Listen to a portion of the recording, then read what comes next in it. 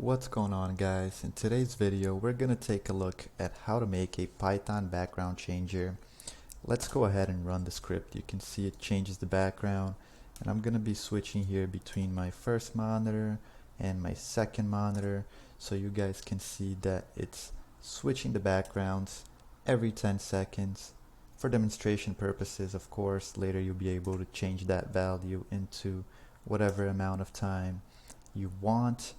So let's take a look at this folder that I have created here, and if you want to follow this tutorial you should go ahead and create one yourself.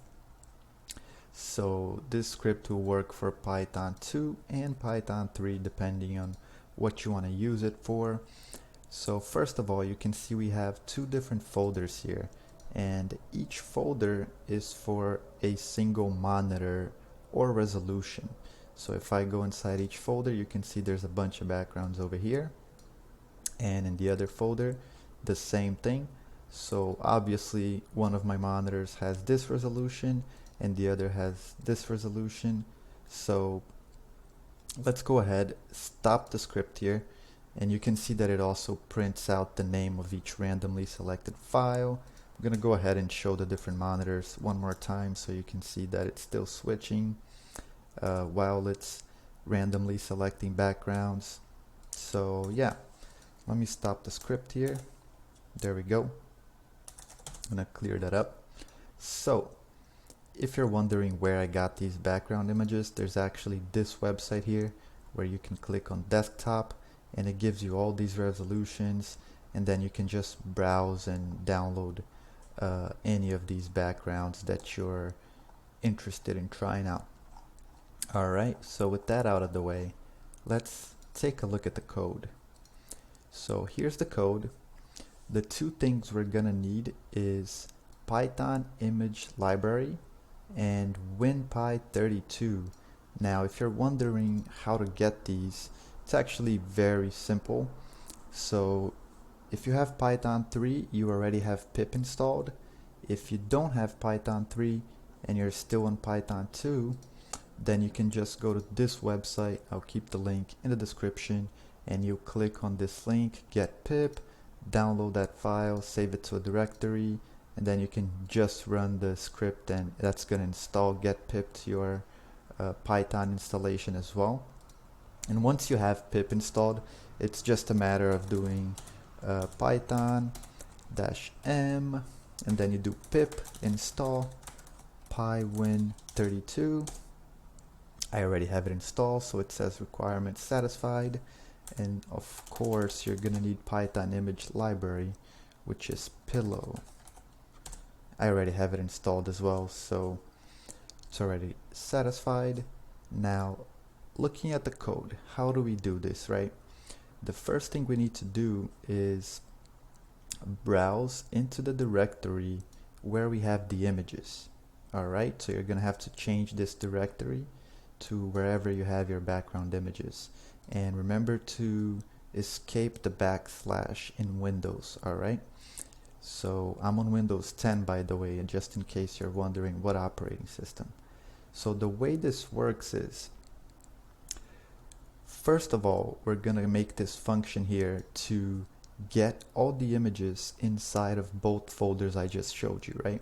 So you can see the script goes inside of the first folder, gets all of the files inside that directory, and then it goes inside the other folder and gets all the images inside of that directory, and we're saving that into these two lists over here. Alright, so all those file names get saved, and that's so we can randomly select one of those images later, right? Now the second function that we need is a function to basically merge both images together, because the way the backgrounds work, if I bring the folder up again, you can see I have this final file here, and that's the image containing both images put together, and that's how it's going to display it in the dual monitors, right?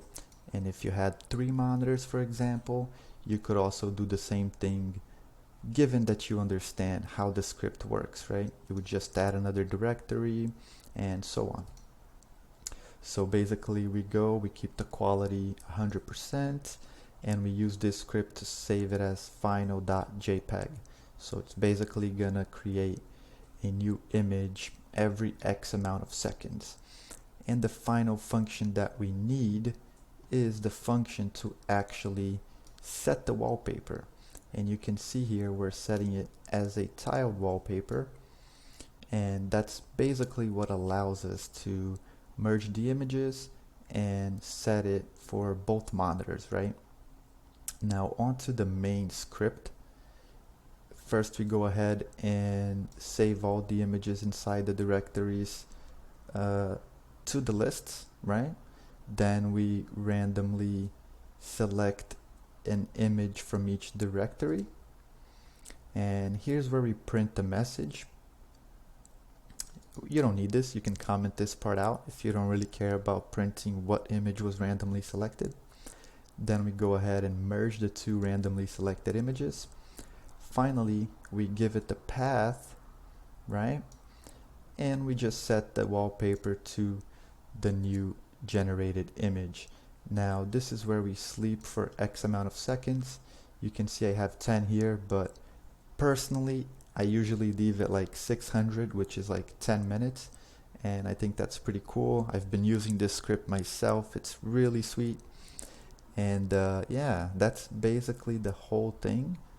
I might even do a improved version of it in the future.